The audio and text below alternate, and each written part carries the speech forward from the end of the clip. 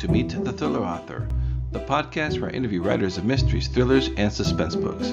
I am your host, Alan Peterson, and this is episode number 85. In this episode, you'll be meeting Brian Andrews and Jeffrey Wilson, the co-author team behind the #1 best-selling Tier 1 series and other standalone thrillers. The Tier 1 series takes you into the world of covert operations written by Navy veterans who know covert ops. The fifth book in that series is Red Spectre, which is being released today, Tuesday, November 5th. I received an advance copy of the book, and it was a lot of fun. It's an action-packed thriller. It has great action, suspense, great characters. I highly recommend you pick that up today. And I interviewed Brian and Jeffrey last week, and we chatted about co-authoring, thrillers, their latest book, and a lot more. So stay tuned for that interview coming right up.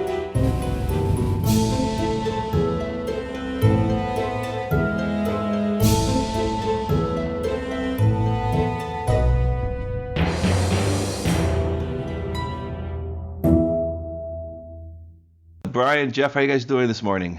Doing great. Yeah, it's great to be with you, Alan. Thanks for having us.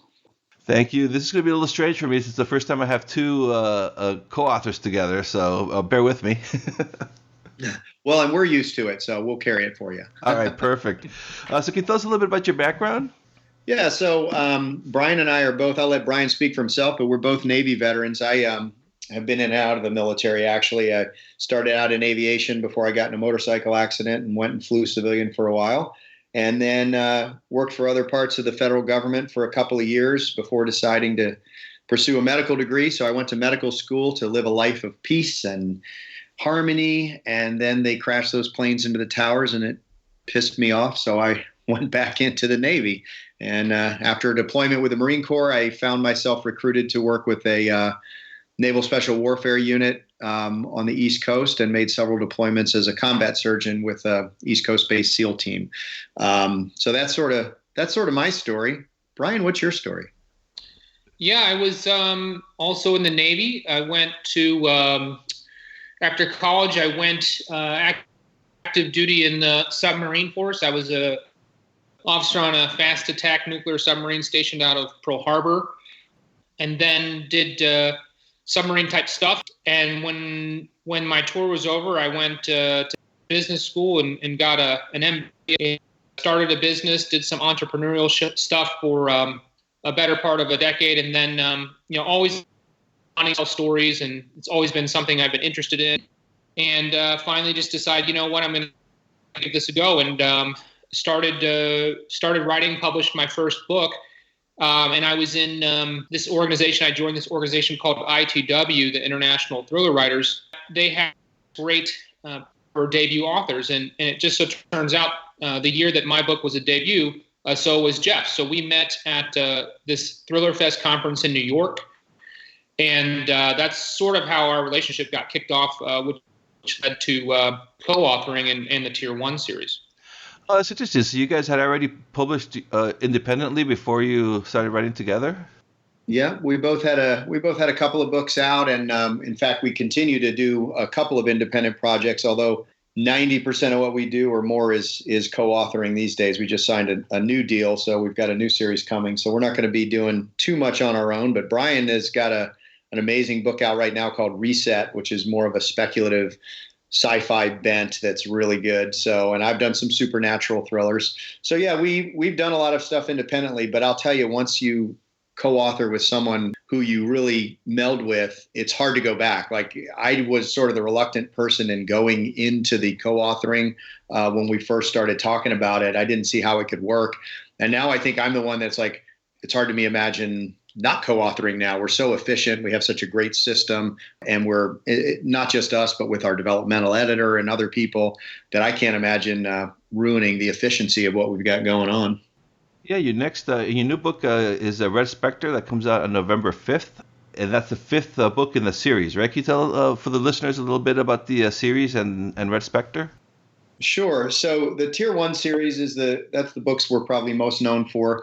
The Tier 1 series is military covert operations thrillers, focusing on an operator named John Dempsey. He's a former Navy SEAL whose entire unit was wiped out in an ambush and he's offered the opportunity to count himself among the dead and find a new identity and join this super secret organization called Ember, where he will be tasked with hunting down those responsible for killing all his brothers, which he jumps on. One thing that we do a little differently than some of these thriller series is we tend to write these books in 3-book arcs, so sort of trilogies. The first 3 books, Tier 1 and War Shadows and Crusader 1, focused on what we call it our Persian trilogy informally, but it focuses on Iran as the puppet master, the bad guys.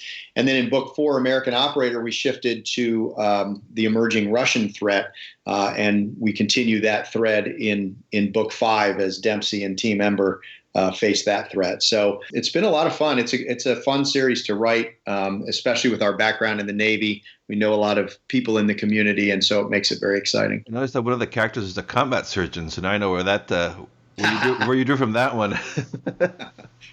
Yeah, Dan Munn, he's the man. We love him. He's a really great character. And do you have more books planned for the Tier 1 series? Yeah, book 6 is going to be released next year, and that will wrap up this Russia trilogy. So like Jeff was saying, that'll be the 3rd book in the Russian trilogy and the 6th book in the series. It's just in the infancy, sort of the brainstorming stages right now. We plan to get to work on that pretty soon. And then like Jeff was saying, we're very excited. We have a 2nd series. We just signed a 3-book contract with Blackstone Publishing. And this new series is called Sons of War. And that series is going to focus on one of the characters who's made repeat appearances in the Tier 1 series. His name is Lieutenant Commander Keith Redman. He goes by the handle Chunk, and he is a SEAL. And he's been sort of roped into a bunch of operations with Dempsey and his gang from time to time. And he's just been this great fan favorite. And, you know, we get emails from people all the time saying, hey, we want more Chunk. We love this guy. Can we see more of him? And so Jeff and I thought, you know, in the fictional Tier 1 world, for those fans that have been following it from the beginning, you will know that it's targeted by terrorists and the unit is decimated. Throughout the series, you know, the intelligence community and special operations have been dealing with the aftermath of that. You know, it's finally time for that unit to get reconstituted and stood back up. It just makes sense that Chunk would be a part of that. And it's exciting for us, too, because it's going to regain a lot of that initial feel that our readers first got from the original Tier 1 book, when there's just a lot of SEAL action. And so that's what's going to happen. It's going to be happening in the same world as Tier 1, just parallel stories in the same universe. And so before you guys started to write your books, were you fans of the thriller genre as readers? Oh, yeah, for sure. I mean, I think probably we both are like most thriller readers. Like I definitely have grown up reading these books. I was a huge Robert Ludlum fan when I was a kid, and you know the spy thrillers, John le Carre, those books. Always loved them. I liked the Clancy books, but I liked other stuff too. I loved Stephen King and Dean Koontz. I loved a whole spectrum of subgenres within the thrillers. I think that's probably pretty common among thriller readers. But for sure, I've always enjoyed military and covert operations thrillers. So it's really fun to be writing in a genre you sort of grew up in. And how long did it take you when you decided that you were going to try to write a book? I mean, how was that first one? Was it as painful as it is for most people I've interviewed? Brian and I might have a different story there. You know, my thing, Alan, is I've done a lot of different things. I've got this weird bio that reads as much like fiction as our books. And so I've done so many different things, but the one thread for me has always been writing. So I've been writing my whole life since I was a child. I published my first short story when I was like 14 years old. And so writing has just sort of been this thread that I've always had throughout my life. So as a younger man, I didn't think I had the attention span to write a full-length novel. But once I sat down and wrote my first one, I actually found it very liberating, very freeing. I found actually that it's quite a bit easier than writing a short story because you don't have a limit on how many pages and words you can use to tell your character's story and bring them to life and get to know them. So I think before I met Brian, I had 3 books that I had done before we started the Tier 1 series, maybe 4. And on the average, it would take me about 9-10 months to write a book. And of course, working with Brian, and I'm sure we'll talk later about how we do our books, but it now is down to about 3.5 or 4 months for us to write a book together. So I didn't find the first experience to be all that painful. Intimidating, but once I got going, it wasn't that painful. Yeah, and I would say for me, before I met Jeff, it would take me 5 to 8 years to write a book. And I started my first one like 2003, and I didn't finally get it published till 2012. And I think what's great about, we talk about this a lot, but what's great about co-authoring is that, it's kind of like when you're trying to motivate to work out. If you're working out by yourself, it's easy to give yourself a free pass or to put things off or to maybe not push yourself that day or whatever. But when you're doing this with somebody else, when it's a team, back to this military sort of model of teamwork and brotherhood, collaboration, we're pushing this ball, down the field together.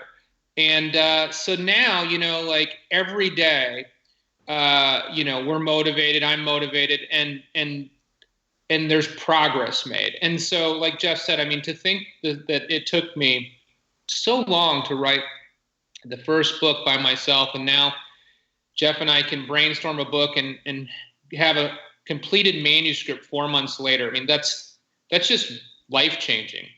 And it's a lot more fun to be able to work with somebody who has great ideas, thinks of things that you wouldn't think of, and contributes in a way that outside the box ideas that you might never contemplate on your own. Yeah, I find that such a fascinating teamwork for writing, especially I think Jeff mentioned you guys are live thousands of miles apart from each other. So how does that whole process work for you guys? Way better living far apart. Brian and I are best friends, and that's fun and great. But I think that if we lived in the same town, we'd never get any real work done because we would just screw around too much. In fact, even on our phone conferences, sometimes it devolves rather rapidly. So the distance is actually helpful, but the way that we do a book doesn't require us to be in the same room anyway. We brainstorm these books, each book that we've ever written. We sort of brainstorm the big idea of the book and sort of the story arc and where we want to go. And then we divide it into 3 acts. And we don't really outline. We sort of do a bullet outline of the first third of the book. And we divide it into chapters. So our outline will look like, 2-sentence bullets of whose POV it is and what we're trying to accomplish. And then what Brian and I do is we divide and conquer. So we're writing simultaneously, which is one of the reasons that it's so fast and efficient. So he might be writing chapters 1, 2, 4, 7, and I'm writing the other chapters. We talk on the phone 2 or 3 times a day to make sure we're on the same page. And every time we get 3 or 4 chapters done, we swap them. So we'll take a pause, we'll swap chapters, and then we rewrite each other's chapters so that they have a constant voice. And then those go into the master file and we continue moving on. So us being far apart, other than the social aspects of it helping, probably has 0 impact on what we're doing because we're writing simultaneously anyway. And we don't need to be sitting in an office together quietly tapping on our computers for that to work. So it might be a little different than some other co-authors do, but for us, it's very efficient. It's also very, very fun because we're sort of more like 2 8-year-olds in the backyard playing soldier and saying, oh, what if this happened? What if this happened? What if this happened? And so there's that constant communication to make the story better. So a little different from some folks maybe, I think, but definitely a lot of fun. How much research goes into writing these books? I mean, there's definitely research, especially the geopolitical stuff and geography stuff. I think that most of our readers would agree that our stories tend to be very, very character driven. And so that part requires almost no research. Both of us have had the honor of serving alongside some amazing men and women. And so the characters that we develop are sort of amalgams of real people that we've known and served with. And some of the stories are inspired. They're not telling any stories that are, from our military background, but they're inspired by those and how we know our brothers and friends in the community would operate in our fictitious scenarios. So like any thriller writer, there's obviously some research that goes into the geopolitics and such. But for us, it's maybe a little easier because we've lived and worked in that community. Would you agree with that, Brian? Oh, definitely. I think once you establish the universe for your series, your characters, once you have that universe established, that's kind of the heavy lift. And after that, the research is really specific to each particular book. So, for example, like with Red Spectre, we always look at the particular geopolitics that are happening at any given time. So like when we're starting to research, we started researching this book a year ago. We try to look at current politics and then extrapolate. And we say, okay, well, what if this happened? What would be the geopolitical ramifications? And a lot of times then, once you establish that big what if question, we settle on what that's going to be. Then the research, like Jeff said, is getting in sort of the specific details of whatever that is. So like in Red Spectre, we focus a lot on the Russian gas to the Baltics and Europe, because that Russian gas supply is just a giant lever that Russia can use to influence the politics of their neighbors, because that natural gas is the fuel that those other countries' economies run on. And as Russia has a monopoly in supplying natural gas to a lot of these countries, that's a big hammer to wield. So we need to understand, how does the natural gas get transmitted to these countries? What are the mechanisms? Who are the players? If you want to disrupt the natural gas flow, what would happen, and why would countries be interested in doing that and stuff? So to make that authentic, you got to understand that particular industry, and we didn't understand that industry that well until we got into the research. But it's just a minor part of the book. It's the characters and the plot surrounding whatever that inciting incident is that really motivate the readers and make you want to turn the page. Yeah, Red Spectre is very timely now with the whole Russian, with everything that's going on with Russia. Is that something that you guys, you saw it in the news and you're kind of interested in delving into that area? I would love to tell you that we're geniuses. But I would be lying and everyone would know it. So I'm not going to, it does make us sound, because if you look at the timing of when the American Operator was written, and actually book 3 set it up, so that was even longer ago, it does make us look rather prescient. But I can tell you that there's a lot of luck that it happens sometimes when you write geopolitical thrillers. And this is an example. And we've been very lucky that, some of the concepts that we're interested in are certainly driven by current events. But things have unfolded for us more than once over this series where it makes us look way smarter than we are. So we're not going to take credit for anything but luck, I think, there. Yeah, well, now there's in the news, the new mission where they got that Abu Bakr al-Baghdadi or whatever. They just got him a couple days ago as we're recording this. So that's kind of timely too, with reading Red Spectre, the way the teams operate.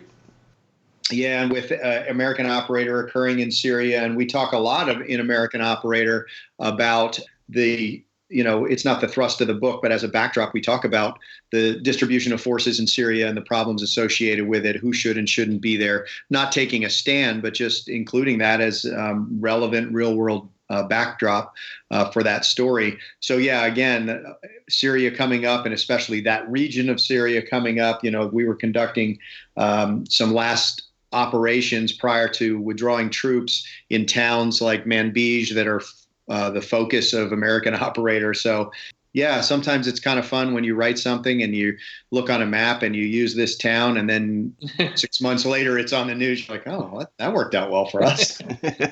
Yeah. I remember that was with Clancy too. He would write stuff, and then a couple of years later it would happen. Yep. Right. And at some point with Clancy, you wonder which was driving which. Right? Yeah, exactly. Yeah. Do you still find time to read thrillers, or? No, I think that we love to read thrillers. And these days, because we're part of the thriller writing community, we try to take an active role helping other authors with, blurbs, basically endorsements just like authors had done for us when we were getting started. I mean, that's an important part of this community, is that authors support each other. And, we had, Jeff and I are just so grateful, people like John Land, who just went out of his way on so many occasions to introduce us to people and to read our books and give us feedback and provide endorsements. And those things go a long way. And so now, Jeff and I are in the position where we can return the favor for other authors. So, we like to read our peers' new books. They ask us to read them, and it's amazing how good the work is. Jeff and I just read. We're fortunate enough to read Don Bentley's Without Sanction, an advanced reader copy. And it's 6 months before that book comes out, but it's fantastic work. And we're really, really excited to talk it up because we think it's gonna do great things in the market.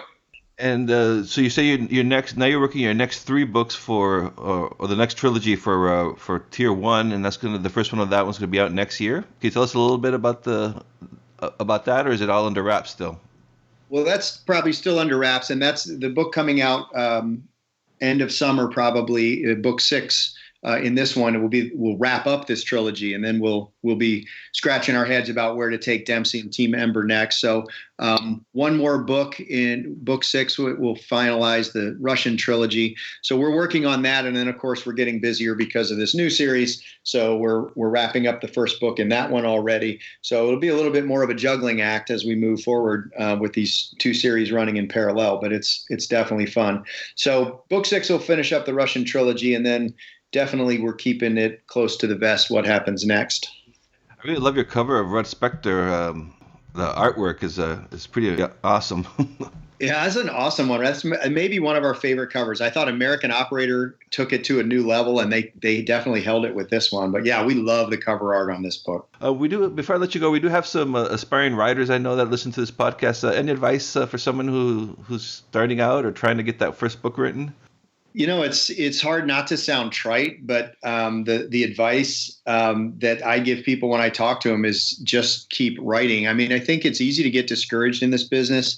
The writing part oftentimes is the easiest part. The business side of this industry is brutal at times. I've been very blessed, as Brian has, very lucky that we fell in. We met each other. We got this series going. We've got an amazing agent in Gina Panettiere. Just what a gift she's been to our career. These tremendous friends at ITW and Thriller Fest. But the writing part, you just have to keep writing and believe that you have a passion for what you do. You just got to get the books written and then start working on the business side of it. But you just can't be discouraged. You just got to keep going. Make sure you're writing stuff you care about. Don't look for market trends. Don't look for what the next big thing is. You write what you love, and when the time is right, it'll come out for sure. But get yourself part of ITW or another organization like that, where you can network with other writers, where you can be in community with other writers. That does more for your career than anything else. Yeah, I think that Jeff really nailed it there. Those 2 comments, don't stop writing, write every day, and then become part of the writing community. And the one, thing if there is a trend that I've seen for writers who are struggling to break into the industry, it tends to be this idea that they really latch on to one particular book. Maybe it's their first book or their second book. It's, they've spent so long on a particular story that they are committed to, this is the book I'm going to write, this is the book I'm going to sell. And if it's not gaining traction or you haven't placed it, it's okay to put that book in the drawer and start over, because if you're going to become a professional author, you're going to be writing lots of books. So you need to get in the habit of this idea that it's not just a one and done type of thing. You're going to need to come up with new ideas every 6 months and tell lots of stories. So if the first one's not gaining traction, that's okay. Everybody learns by failure. So if the first one's not hitting, move on to the next one, And I think if you talk to authors, successful authors, published authors, most of them will tell you that it's not their first book that launched their career. It might be the first book that got them writing, but it's not the one that launched their career. Great. Thank you so much. That's awesome advice. And I want to thank you so much for being on the podcast.